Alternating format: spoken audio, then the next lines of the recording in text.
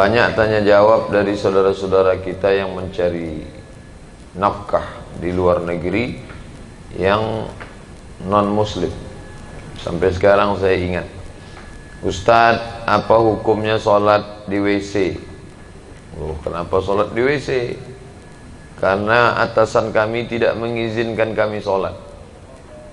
Jadi saya lihat dulu gimana modelnya. Jadi rupanya yang dia maksud sholat di WC itu ada WC dengan pintu-pintu panjang.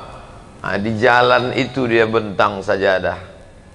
Tahu arah kiblatnya? Iya Ustaz, saya agak-agak. Tidak ada najis di situ, nampak nyata. Tidak. Insya Allah di dalam itu saja tempat buang air besar kecil. Sedangkan jalan ini insya Allah suci bersih. Tak ada ruang sama sekali, tidak ada. Itu pun kalau sampai kami ketahuan nanti kami kena hukum. Jangan sholatlah di situ. Gimana cara sholatnya? Jangan baca iftitah, langsung Fatihah saja, tidak pakai ayat, rukun-rukun saja. Allahu Akbar, Fatihah, langsung ruku, satu kali tasbih. Subhana rabbiyal azim. Subhana rabbiyal azim itu sependek-pendek itu makninah sah. Sami Allahu liman hamidah, Rabbana lakal hamdu milus samawati wa milul ardi wa milu ma syi'ta min syai'in ba'du. Allahu Akbar, subhana rabbiyal a'la. Cukup. Allahu Akbar, rabbighfirli warhamni wajburni warfa'ni warzuqni wahdini wa'afini wa'fu anni. Allahu Akbar, subhana rabbiyal a'la. Allahu Akbar. Fatihah lagi terus supaya jangan sampai tertangkap sama sekali. Begitulah saudara-saudara kita itu menyelamatkan akidah di negeri yang tidak membenarkan kalimat Allah dikumandangkan. Jadi begitu saya sampai di sini tadi, kita ramai sholat berjamaah, Masya Allah, masih tinggal di tempat dibenarkan sholat berjamaah, dibenarkan kalimat Allah dikumandangkan. Ada syukur yang besar. Syukur bukan karena masih bisa diberi rezeki, syukur bukan hanya masih bisa mencari nafkah, tapi syukur yang besar adalah ketika kita bisa mencari fid dunya hasanah, fil akhirati hasanah, kita juga bisa berjalan dengan baik. Maka yang masih goncang-goncang, ragu-ragu, berkaca, bandingkanlah diri kita dengan saudara-saudara kita yang masih bisa mengatakan satu hari 5 kali Allahu Akbar walaupun dalam keadaan yang sulit. Pertanyaan yang lain dalam WhatsApp, Ustadz, ya, apa hukumnya kalau saya jamak? Jamak boleh. Zuhur dijamak dengan asar pada waktu zuhur jamak takdim, dilaksanakan di waktu asar jamak takhir. Maghrib dengan isya pada waktu maghrib jamak takdim, dilaksanakan waktu isya jamak takhir. Apa salahnya? Saya jawab, ini jamaknya lain Pak Ustadz. Gimana modelnya? Zuhur, asar, maghrib, isya sekali saja. Boleh apa tak boleh? Oh, itu tidak ada tuntunannya, saya bilang. Mazhab apapun itu tidak ada. Zuhur, asar, maghrib, isya. Gimana kasus yang kamu alami? Saya masuk kerja jam 12. Terus baru boleh keluar jam 8. Otomatis zuhur, asar, maghrib tidak bisa saya laksanakan. Maka mesti saya laksanakan di isya. Oh, itu tidak bisa, saya bilang. Man ahdatsa, siapa yang membuat-buat amal ma laisa alaihi amruna, yang tidak ada tuntunan dari kami, fahuwa raddun, itu bid'ah, mardud, tak bisa dilaksanakan. Pilihannya dua, Ustaz. Saya salat 4 itu di waktu isya atau tidak salat sama sekali. Kalau begitu keadaannya, bagus kamu pilih itu. Karena pilihannya tak salat sama sekali. Nah, tapi perlu saya sampaikan di sini, jangan gara-gara itu nanti di sini pula ikut-ikutan buat jamak 4 itu jadi satu. 4 in 1 namanya. Memang dia di tempat itu tidak dibenarkan sholat sama sekali. Tidak ada. Kalau kamu mau hidup di sini, cari makan di sini, ikut sistem kami. Kalau tidak, pulang ke sana negeri kamu. Itulah sulitnya. Tapi dalam hatinya yang paling dalam tak dapat dia bohongi bahwa dia mesti menyembah Allah Subhanahu wa ta'ala. Ada kerinduan di dalam jiwanya, nurani, diambil dari kata nur, cahaya, hati nurani yang tak bisa dibohongi. Ma'aka fi sadrika, sesuatu yang menyesakkan dadamu, dan engkau malu kalau sampai itu diketahui orang. Kerinduan yang dalam.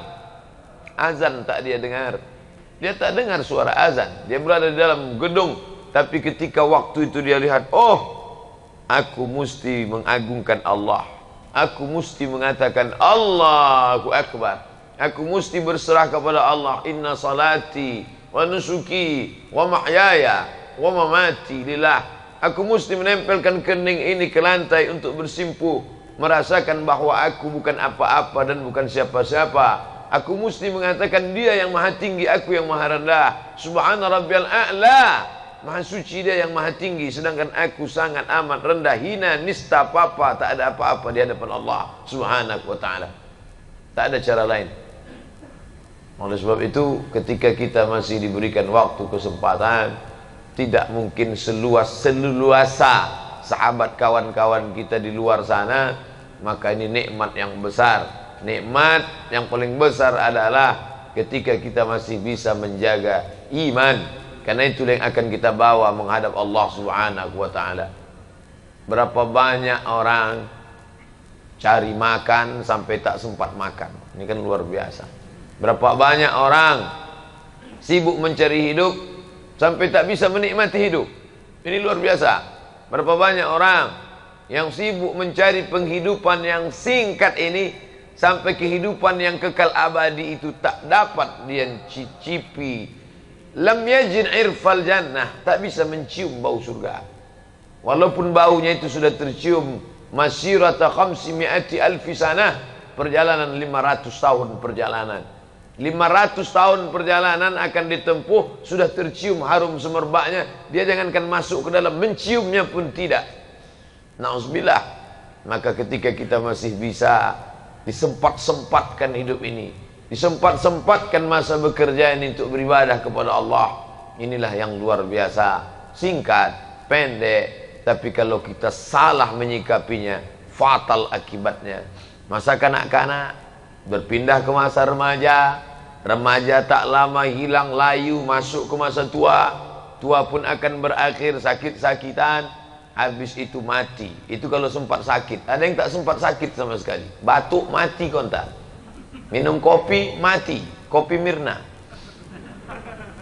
Iya kalau sempat sakit, iya kalau sempat. Orang yang sakit bukan orang kena azab. Orang yang sakit adalah orang yang sedang mengalami lampu kuning. Di saat lampu kuning itu dia masih sempat merenung, oh aku sekarang sakit, gimana kalau besok mati? Aku sekarang sakit, melihat kawan sehat. Aku sekarang sakit, selama ini aku bergelimang dosa. Masih sempat sakit, masih sempat ada lampu kuning. Bagaimana kalau tidak sempat sama sekali? Berapa banyak orang yang merasa hidupnya masih lama, tapi kesempatan itu ditarik Allah subhanahu wa ta'ala fujatan, suddenly, tiba-tiba, tak sempat berpikir mati, langsung mati. Adinda, kita untuk muda ini enggak usahlah dulu menghadap Allah. Nantilah udah agak-agak tua, udah agak-agak layu, udah pensiun. Yakin betul malaikat maut datang setelah pensiun. Malaikat maut datang tak pernah melihat akte kelahiran. Malaikat maut datang tidak pernah melihat kontrak kerja. Yang muda jangan bangga, yang tua jangan putus asa. Yang sehat jangan merasa pede, yang sakit jangan merasa tak ada kesempatan untuk beribadah. Dalam Islam diajarkan Allah bersumpah sampai 6 kali demi waktu, menunjukkan peredaran waktu yang luar biasa.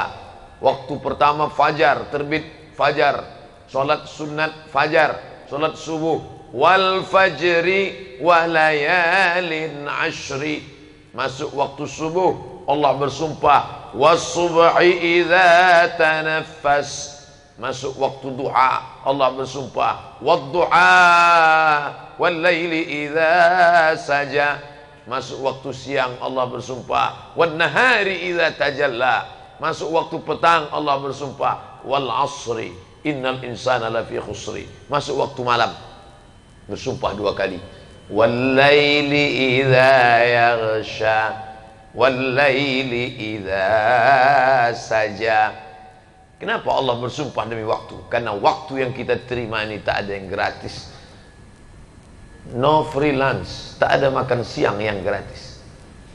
Kalau cuma makan siang yang akan ditanya Allah, insya Allah bisa kita bayar. Tapi kalau waktu ini yang akan ditanya oleh Allah Subhanahu wa ta'ala, aku beri engkau waktu 63 tahun, kemana engkau pakai? Rumah, kos-kosan, asrama, kerja, hiburan, mati. Kalau diputar, orang sedang duduk di tepi meja makan, melihat semut berjalan, sarang, makan, sarang, makan. Bolak-balik semut dalam tanah, ada nasi yang tercecer di tepi meja makan. Sarang tanah, meja makan, sarang tanah, meja makan, sarang tanah, meja makan, sarang tanah, meja makan, datang cicak, habis. Mati. Perjalanan manusia yang begitu singkat. Tempat tinggal, tempat kerja, hiburan. Tempat tinggal, tempat kerja, hiburan, tempat tinggal, tempat kerja, hiburan, tempat tabrak, mati. Apa yang akan dibawa menghadap Allah Subhanahu wa ta'ala? Lalu cukupkah salat ini saja? Fa idza tuma'nantum, kalau kamu sudah tenang, ambil air wudu. Tadi saya sebelum naik melihat ada keran panjang. Lelah hidup ini, siramkan air ke wajah, fresh, segar. Bukan hanya tubuhnya yang fresh, bukan hanya kulitnya yang sudah kering kena AC selama 5 jam saja yang fresh, tapi juga fresh jiwanya. Kenapa? Karena saat air masuk ke mulut, keluarlah dosa-dosa mulut, keluar dosa-dosa hidung. Ketika air disiramkan ke wajah, keluarlah dosa-dosa dari kelopak biji mata. Ketika air disiramkan ke tangan, keluar dosa-dosa dari celah jari jemari tangan. Ketika air mengusap kepala, keluarlah dosa sampai ke lubang telinga. Ketika air menyiram kaki, keluarlah dosa dari celah-celah kuku kaki. Hadapkan wajah. Allahumma ja'alni minat tawwabin waj'alni minal mutatahhirin. Aku kotor, banyak silap, banyak salah. Waj'alni min ibadikas salihin. Walaupun aku tak layak bergabung dengan mereka, tapi tolonglah ya Allah, masukkan aku ke dalam golongan hamba-hambamu yang saleh.